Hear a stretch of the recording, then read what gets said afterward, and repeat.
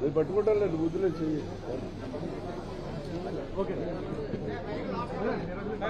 నేను పట్టుకున్నాను లేదు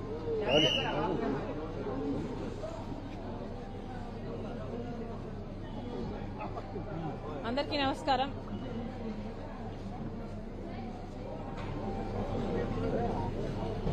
రాజమండ్రిలో కొద్ది రోజుల క్రితం కల్తీ అయిన పాల వల్ల 11 మంది చనిపోవడం జరిగింది.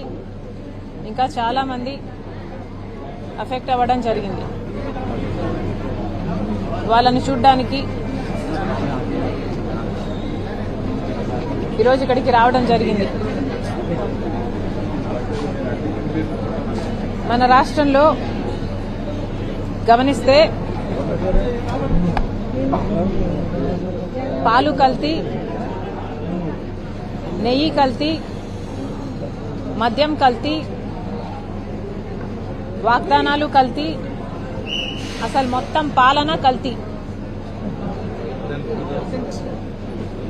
ఇది ఈరోజు ఆంధ్ర రాష్ట్ర పరిస్థితి.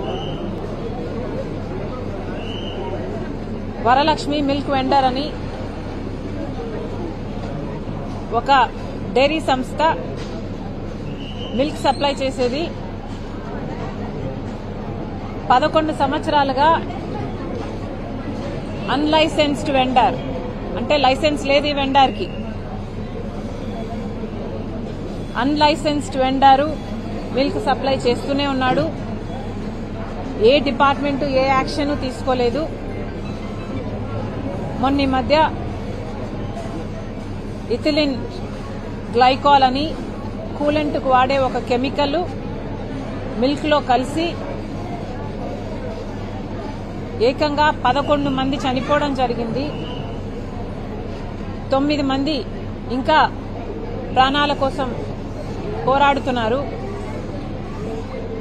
వీరిలో 5 మంది కండిషన్ చాలా క్రిటికల్గా ఉంది. ఇద్దరైతే బిడ్డలు, 5 సంవత్సరాల లోపల బిడ్డలు. ఇది ఎంత షాకింగ్గా, ఎంత భయంకరంగా ఉంది అంటే వినడానికి కూడా. ఇది నిజంగానే పాల వల్ల ఇది జరిగిందా అని ఆ పేషెంట్లను చూస్తుంటే వాళ్ళకి ఏ మెడికల్ హిస్టరీ లేదు ఇంతకు ముందు. శుభ్రంగా ఉన్న ఆరోగ్యాలు కూడా డయాలసిస్ ట్రీట్మెంట్ జరిపించుకునే పరిస్థితికి, ఆర్గన్స్ షట్ డౌన్ అయిపోయే పరిస్థితికి, వెంటిలేటర్ల మీద ఉండే పరిస్థితికి వాళ్ళ ఆరోగ్యం ఇలా దిగజారిపోయింది అంటే ఇది నిజంగానే చాలా చాలా ఆశ్చర్యం. Very very unfortunate. ముఖ్యంగా ఇక్కడ గమనించాల్సిన విషయం ఏమిటంటే for no fault of theirs, వాళ్ళు చేసిన తప్పు ఏమీ లేదు దీంట్లో. పాలు కొనుక్కోవడం వరకే వాళ్ళు చేసిన తప్పు. కానీ మన రాష్ట్రంలో, మన ప్రభుత్వంలో, ప్రభుత్వాలు అనాలి, 11 సంవత్సరాలుగా ఒక అన్లైసెన్స్డ్ వెండరు మిల్క్ సప్లై చేస్తున్నారు. 11 సంవత్సరాలు is not a small number. 11 సంవత్సరాలుగా అన్లైసెన్స్డ్ వెండర్ మిల్క్ సప్లై చేస్తున్నాడు. అది జరుగుతుంది అంటే మన రాష్ట్ర ప్రభుత్వాలన్నీ ఏం చేస్తున్నాయని కాంగ్రెస్ పార్టీ ప్రశ్నిస్తోంది. జగన్మోహన్ రెడ్డి గారి సర్కారైనా, ఇప్పుడు చంద్రబాబు గారి సర్కారైనా ప్రజల ఆరోగ్యం పట్ల ఎంత శ్రద్ధ పెడుతుందో ఇదే ఉదాహరణ. 11 సంవత్సరాలుగా అన్లైసెన్స్డ్ వెండర్ మిల్క్ సప్లై చేస్తున్నాడు. ఇది ఈ ఒక్క ఇన్స్టెన్సే కాదు. మన రాష్ట్రంలో రాష్ట్ర ప్రజలకు చాలా మందికి ఉన్న భయాలు ఇది ఒక్క ఇన్స్టెన్సే బయట పెట్టింది అనుకోవాల్సిన పరిస్థితి లేదు. అసలు ఎక్కడ చూసినా ఒక మిల్కే కాదు, గుడ్లు అయితేనేమి, చికెన్ అయితేనేమి, లేక ఇలాంటి అందరూ జనాలు రెగ్యులర్ గా వాడే పదార్థాలలో కూడా అష్యూరెన్స్ లేని పరిస్థితి ఈ రోజే కాదు, మన రాష్ట్రంలో ఎప్పటి నుండో ఉన్న పరిస్థితి ఇది. ఏ ప్రభుత్వము కూడా ప్రజలకు భరోసా కలిగించే విషయంలో ఏ చర్య తీసుకోలేదు. సివిల్ సప్లైస్ కింద ఫుడ్ సేఫ్టీ డిపార్ట్మెంట్ ఉంది. ఫుడ్ సేఫ్టీ డిపార్ట్మెంటు ప్రజల ఆరోగ్యం గురించి ఆలోచన చేయాలి. ఆ ప్రజల ఆరోగ్యానికి సంబంధించిన ఫుడ్ కి కావాల్సిన సేఫ్టీ మెజర్స్ తీసుకోవాలి. అవి సరిగ్గా ఉన్నాయా లేదా అన్న ఇన్స్పెక్షన్ కూడా చేయాలి. కానీ ఇవేవీ జరగట్లేదు. రాజమండ్రిలో ఫుడ్ సేఫ్టీ డిపార్ట్మెంట్ లో ఉన్నది ఒకటే అధికారి అంట, ఒకరే అంట.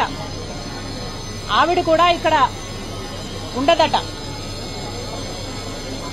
అంటే ప్రజల ఆరోగ్యం అంత లోకు అయిపోయిందా అని అడుగుతోంది కాంగ్రెస్ పార్టీ. అసలు పాలైనా, గుడ్లైనా, చికెన్ అయినా, లేక ఏ నెసెసిటీస్ అయినా కూడా రోజు వాడే పదార్థాలలో కూడా కనీసం సేఫ్టీ మెజర్స్ లేకపోతే, ఒక నిఘా లేకపోతే ఎవరైనా ఏదైనా ఇదే పరిస్థితికే దిగజారుతుంది. ఇది వాస్తవం. ఒక మిల్క్ వెండారు 11 సంవత్సరాలుగా అన్లైసెన్స్డ్ మిల్క్ వెండారు మిల్క్ సప్లై చేస్తున్నాడు అంటే ఇక ఇలాంటివి మన రాష్ట్రంలో ఎన్నున్నాయో కోకొల్లలు ఉంటాయి. అసలు ఏమైనా ప్రజల పట్ల, వాళ్ళ ఆరోగ్యం పట్ల ఈ ప్రభుత్వాలకు శ్రద్ధ ఉన్నట్టుగా కనిపిస్తుందా? ఏఐల గురించి మాట్లాడుతున్నారు, పెద్ద పెద్ద మాటలు చెప్తున్నారు.